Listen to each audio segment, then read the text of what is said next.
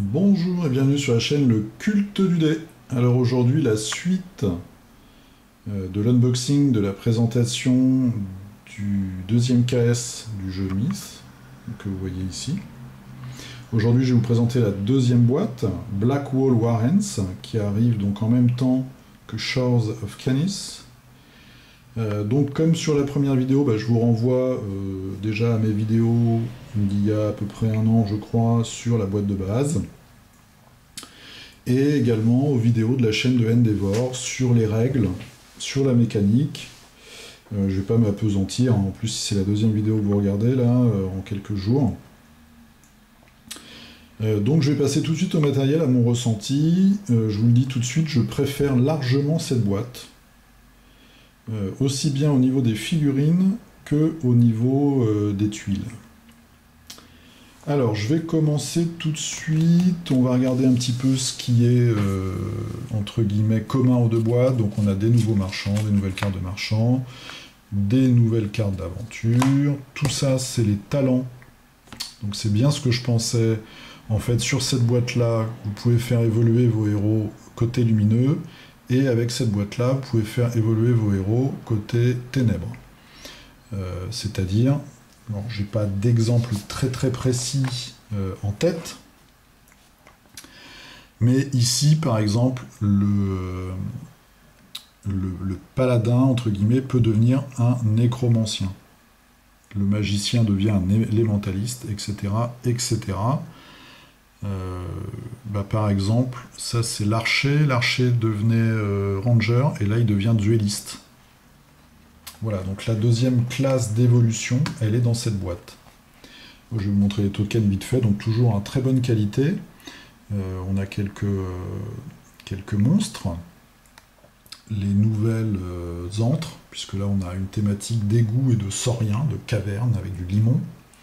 On retrouve quelques jetons qui sont communs aux deux boîtes, donc on a ce personnage, je pense, qui va tenir un rôle important dans les quêtes, dans les modules. Et puis voilà, on a tout un tas de tokens, comme d'habitude.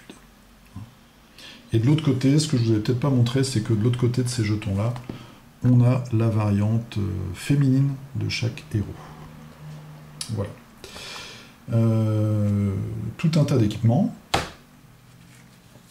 Les monstres, donc, qui sont introduits avec cette extension.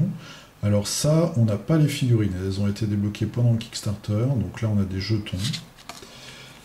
Donc on a deux avatars comme ça, et puis après on va avoir des sauriens.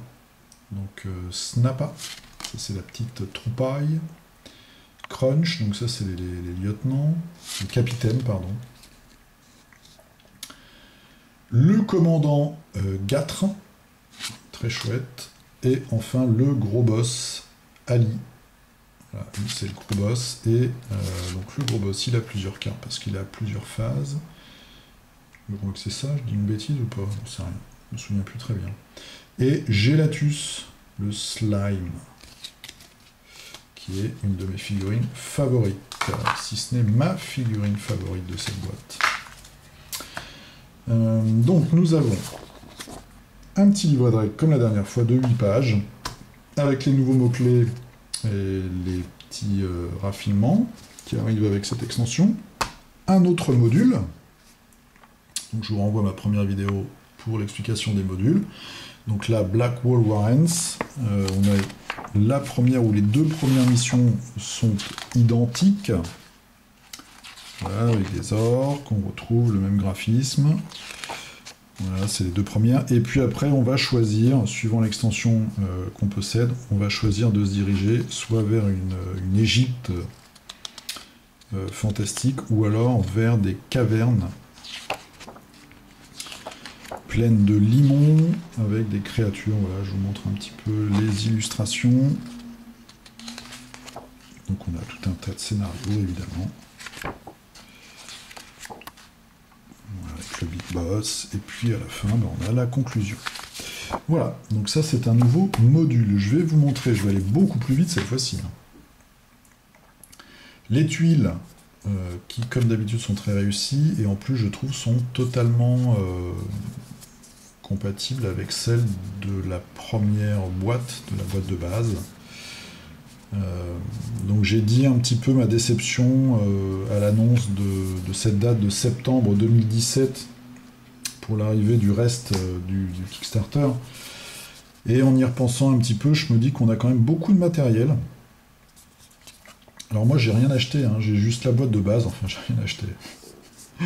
Des formations du collectionneur.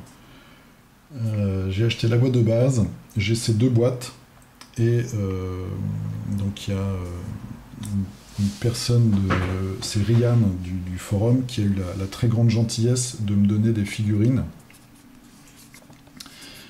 qu'il avait du premier Kickstarter, donc j'ai quelques figurines en plus, des monstres notamment. Donc voilà, avec tout, et puis surtout toutes les cartes en français. Avec tout ce matériel-là, on peut quand même se faire de belles aventures. Donc là, moi, ce qui me manque actuellement, c'est les joueurs motivés. Pour ce jeu-là, il faut au moins un joueur très motivé pour bien comprendre les règles et puis pouvoir driver les autres. Les tuiles sont exceptionnelles, je trouve, dans cette extension. Elles sont vraiment très chouettes, avec beaucoup de détails.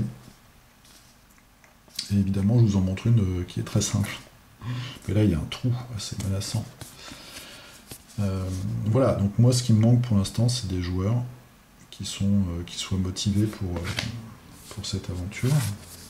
Puis après, il y a tellement de jeux en même temps maintenant. Dungeon Crawler. Celui-ci, pour lui, je trouve, il a une direction artistique qui est très bien et assez originale. Et il a des règles qui sont intéressantes, avec un petit côté deck building et un gros côté synergie entre joueurs. C'est vraiment ses points forts. Après les figurines, comme vous l'avez vu dans ma première vidéo, je suis assez partagé, c'est-à-dire qu'il y a du bon et du mauvais. Dans les caractéristiques des figurines, c'est-à-dire que la direction artistique est bonne, le design des figurines est intéressant, mais par contre la réalisation, vous allez le voir, là j'ai 2-3 exemples dans cette extension, la réalisation pose parfois des petits problèmes, et en tout cas demande du boulot pour avoir un bon résultat. Les figurines, justement, donc dans cette extension, nous avons une nouvelle classe de héros que je ne saurais vous traduire. Donc c'est ce personnage un peu étrange, puisqu'il est pratiquement nu. Il a juste son petit bermuda, sa sacoche, un morceau d'armure, une cape, un masque et une faux. Donc ça, c'est sa figurine. Voilà. Donc vous avez toutes ces cartes de pouvoir de base, d'évolution. Ensuite, on a tout un tas de piétailles. Donc on a deux figurines différentes, deux poses différentes. Voilà, elles sont pas très réussies, je trouve. Par exemple, sur cette figue, voilà, ça, l'inclinaison de la queue n'est pas très naturelle, je trouve. Bon, je vous ai déjà dit tout le mal que je pense de leur socle. On voit des grosses lignes de flash. On voit les marques de collage. Donc si on veut vraiment un résultat tip-top, il y a du taf. Mais les figurines en elles-mêmes, les designs de figurines sont intéressants. Il y a ce côté cartoon, dessin animé. Les grands frères, alors les grands frères, c'est eux qui vont avoir le plus de problèmes. Alors vous voyez là en plus avec la lumière, les énormes lignes à ébarder. Et puis surtout, c'est que, vous voyez, il y a une grosse ligne en dessous.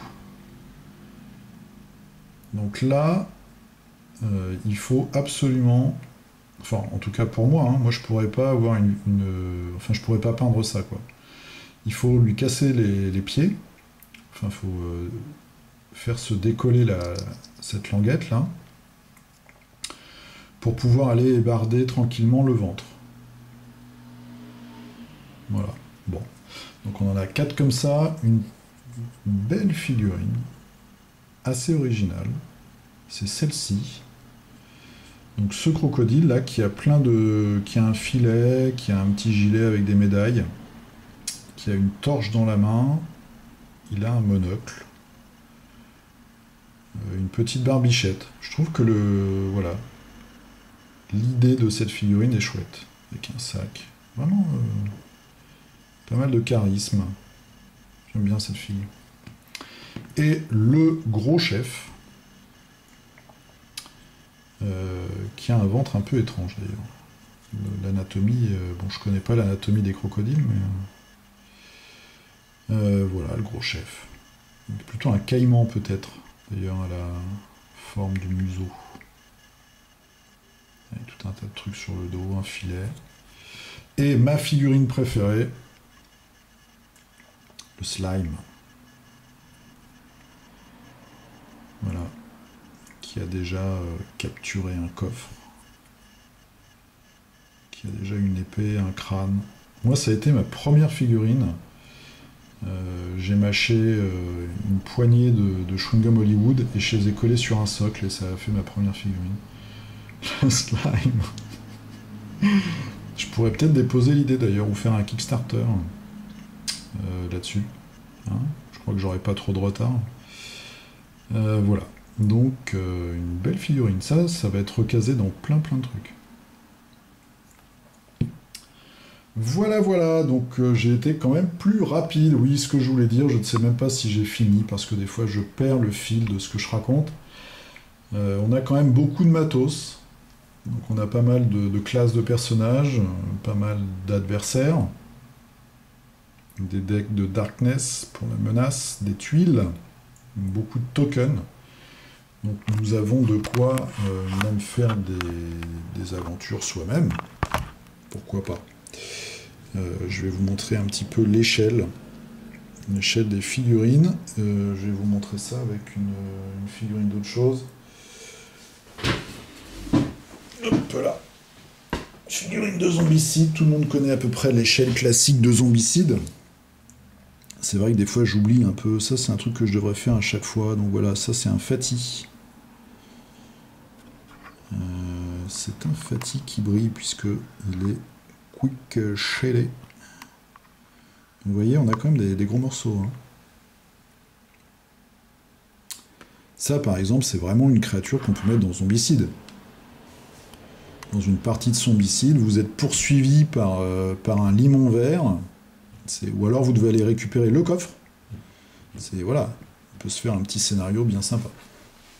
Mais comme je vous dis, vous achetez des chewing-gums, vous les mâchez, vous les mettez sur un socle, un coup de vernis mat, un coup après de vernis brillant au pinceau, et ça vous fait une figurine. Je vais faire un tuto, tiens. Ah oui, je vais faire ça. Demain, j'achète des chewing-gums. Bon, bah, je vous dis à bientôt pour le tuto spécial limon vert. Je sais même pas s'ils existent encore, ces fameux chewing-gums Hollywood. J'ai une super idée, je vous dis à bientôt, je suis très content. À la prochaine, peignez bien, dormez bien, rêvez bien, faites tout bien. À bientôt, salut!